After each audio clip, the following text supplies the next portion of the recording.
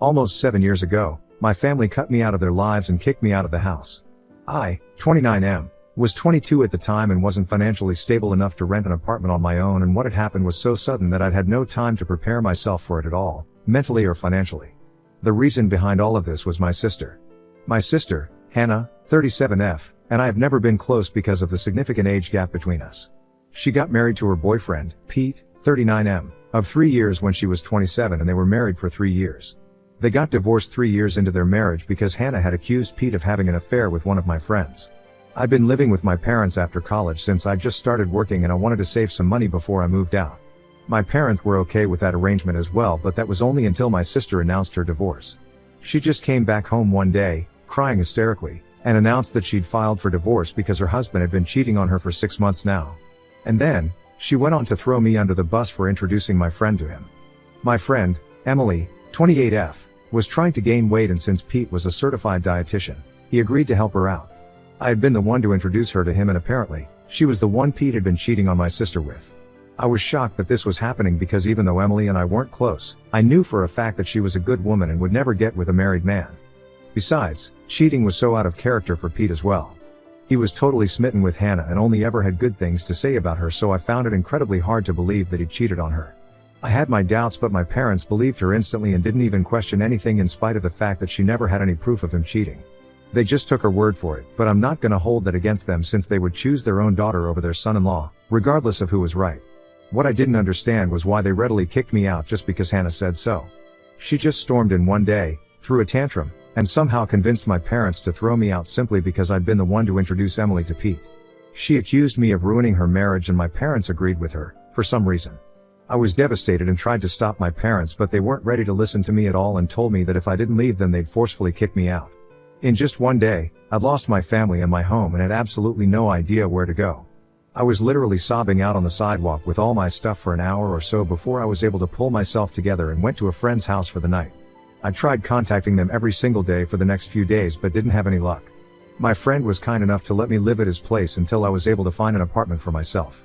Unfortunately, my parents had pretty much made up their minds that I was in the wrong here and I was the one responsible for the divorce. My mom and dad had actually told me that they were disgusted by what I'd done before kicking me out, which didn't even make sense because it wasn't as if I'd been the one who Pete cheated with. They'd blocked my number so I couldn't get through to them at all, and when I tried to visit them, my mom threatened to call the cops on me if I didn't leave. So after that, I finally realized that they were serious about this and actually did blame me for whatever had happened. I don't think I had any reason to be surprised since my sister always had been the favorite child. My parents had never really planned for a second child, so I ended up always getting sidelined, and while I didn't care much for it growing up, I didn't know that it would lead to something so huge. Thinking about it now, I guess I should have seen it coming, but honestly, I don't think anyone in my place could have seen something like this coming. Anyway, I even tried to figure out things for myself to make sense of it all for the next couple of weeks since Hannah and my parents had practically cut me off altogether and I had no way to get to them. I couldn't speak to Pete either because he blocked me too, which didn't make any sense to me. I couldn't find him either because both Hannah and Pete had vacated the house they used to live in and had left to live with their respective parents instead. So I had no way to get through to anyone involved, which is why I approached my last resort to get to the truth, Emily. Like I said, Emily and I weren't really close, but I had to do what I had to do, so I just asked to meet her one day and explain the situation to her. I asked her if what Hannah had said about the affair was true, and she denied it vehemently. And I believed her, to be honest. Emily told me that she'd only ever met Pete a few times and only in a professional capacity, so there was absolutely nothing going on between them, and she had no idea why Hannah would say something so awful about her. She even told me that she'd had a steady boyfriend for a couple of years already and was planning to get hitched in a few months, too. She even showed me pictures, and what she'd told me was way more convincing than whatever Hannah had said. I had no proof, but I just knew somehow that Hannah had been lying about the real reason for the divorce. But since I had no proof, I couldn't go back to my family, and I most certainly couldn't go back without it. Back then, I was pretty desperate to go back to living with my family since I really missed them, despite what they'd done to me. With time, however, I was able to get over it and move on with my life. I managed to find a place and made my job the purpose of my life so that I'd have something to distract myself with. And I also had to pay the bills, so it was a better way of coping than just sitting around and being depressed since I didn't have any other option either. I was hurting a lot, but I knew I had to go on somehow, with or without my family's support. Years passed and now, I'm doing much better in life. I've moved from my tiny apartment to a much bigger one and even got engaged to my girlfriend of 2 years around a week ago. And our engagement post is what ended up being a game changer for me, because just a few days after that post, I received an email out of literally nowhere that not only explained the entire story of Hannah's divorce to me and gave me all the answers I needed, but also had proof attached. My fiancée, Liza, 30F, usually only posted us on Instagram, but the picture from our engagement made it to her Facebook feed as well, where she had a wider audience. It was a public post as well, and a lot of people saw it, including my ex-brother-in-law, Pete. He happened to be someone my fiancée had met at a seminar a few years back, since she was a doctor, and had ended up adding him on Facebook, which is how he found me. It really is a small world, and for the first time, I was glad about it. He reached out to me a few days after we posted, but instead of texting me on social media, he decided to send me an anonymous email. He explained later on that he did this just so that he wouldn't feel weird about what he was doing, since it had been several years since his divorce and he didn't want to seem like a sore loser who still hadn't managed to move on from what happened. Besides, he'd been the one to block me in the first place, so he felt weird and conscious about getting back in touch with me about something that happened so many years back. Coming to the contents of the email I received, it had the full story and proof of what had happened 7 years ago, and I couldn't believe my eyes when I went through it. So apparently, my sister had been the one cheating on Pete and not the other way around like she'd been telling us for so long. Not only was that a huge lie, but even more interesting was the fact that she'd been cheating on Pete with a friend of mine, just like she'd accused him. My friend Frank, 28M, was a cashier at the grocery store near Hannah's house back then, and I never would have made the connection myself, since I'd literally never seen them together. I guess they'd kept it well under wraps, but not enough for Pete to not find out. And when Hannah was confronted, she told Pete that it was all my fault because I'd been the one to introduce her to Frank, and had even told her about how he needed her help since he was an aspiring singer and she was a pretty good singer herself. She'd agreed to help him, and bam, they'd fallen in love before they knew it. She even said that I was in on IT and had helped them keep things under wraps for so long. Obviously, all of this was a complete lie, and I hadn't even known that Frank and Hannah had something going on. He was outraged when he found out and ended up blocking my entire family, which he admits now was kind of stupid on his part, but he was so angry that he hadn't given his actions much thought. Of course, he told me all of that in person, since the email itself was meant to be as impersonal as possible, as he didn't want it to be traced back to him, but I did figure it out. The proof that he'd attached were a bunch of screenshots of emails between my sister and Frank where they were discussing how easy it is to fool Pete, and were full of confessions of love and plans for where they were going to meet next. There was no way she could deny any of this, because she'd even signed off in the emails with her middle name, which not many people are aware of. I had her dead to rights. I figured out that it must have been Pete who'd sent me this email after I combed through Liza's Facebook friends, because my gut feeling told me that this definitely had something to do with social media, and when I was finally able to find Pete in her list, I got in touch with him. We decided to meet a few days ago, and he told me that he'd found out about what Hannah had told her family from Emily, who'd met him a couple of years back. I told her to keep my side of the story a secret, and I was kicking myself for it when I realized that if I hadn't said that, she probably would have told Pete about it, and I would have been able to prove my innocence ages ago. Anyway, they'd run into each other a couple of years ago, and she'd ended up asking him about the divorce, so they got to talking, and finally, he'd also learned what Hannah had told us. He confessed that he'd wanted to talk to me about it and tell me the truth, but didn't because he felt weird. I swear, if Pete wasn't so easily embarrassed, my life would have been a lot easier to deal with. I did forgive him though, since I needed his help to absolutely destroy my sister, and I knew he'd be on board with it as well. Hannah had definitely been lying to my parents so she'd have financial support during her divorce, and had even thrown me under the bus for good measure because she'd known that one conversation with Emily and I'd know the truth. I couldn't wrap my head around the fact that someone, especially someone who was related to me by blood, could be this selfish. I'm sure she'd never bothered to set the record straight either, and my parents had just lapped up whatever lies she'd been feeding them during her divorce. She'd known that if the truth about her being the cheater had been revealed to our parents, she would have been in big trouble, and she just couldn't risk that. Well, too bad, but it was finally out now, and I was going to use it to ruin her life just like she'd ruined mine all those years ago.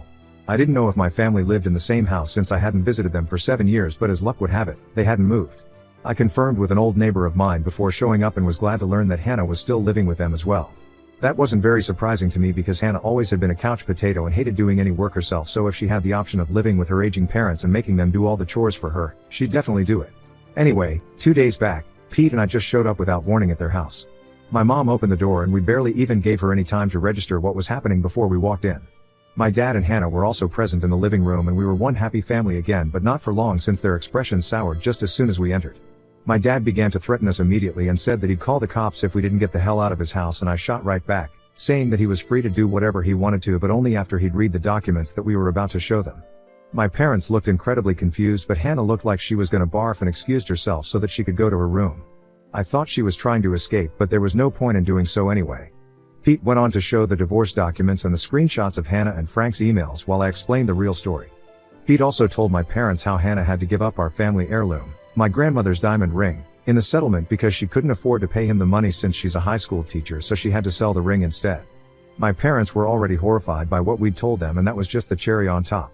We watched the drama unfold as my dad demanded an explanation from Hannah for all that had happened, and when she still tried to lie and cover up the truth despite all the evidence against her, my dad promptly kicked her out. He packed her stuff for her and handed over the bags to her, then told us all to get the hell out of their house. I didn't need to be told twice and left with Pete while my sister begged and pleaded with my parents to let her back in just like I had, all those years ago. This was karma at its best, and I couldn't be happier about it. It's been a couple of days since then, and my sister showed up at my place a few hours ago, demanding that I make things right with my parents immediately. I didn't even know how she found me, but I told her that I didn't know her anything anymore. She'd ruined my life once, so I repaid her the favor and we were now fair and square. I guess she really had no pride left, because as soon as I said that, she started sobbing and accusing me of being a monster. I didn't care much for her drama, though, and shut the door while she continued to sob relentlessly. I just put my headphones on and listened to music while Liza, my fiancée, worked in her study so neither of us would be disturbed. After a while, Hannah finally left us alone, but she'd left a message with a marker on my door to remind me that I was nothing but a revengeful monster. I don't see anything wrong with what I did, very frankly, and don't feel sorry in the least, but Hannah seems pretty convinced that I'm the villain here, somehow. I just did to her what she'd done to me several years ago, except that I told the truth while she did nothing except lie and throw me under the bus.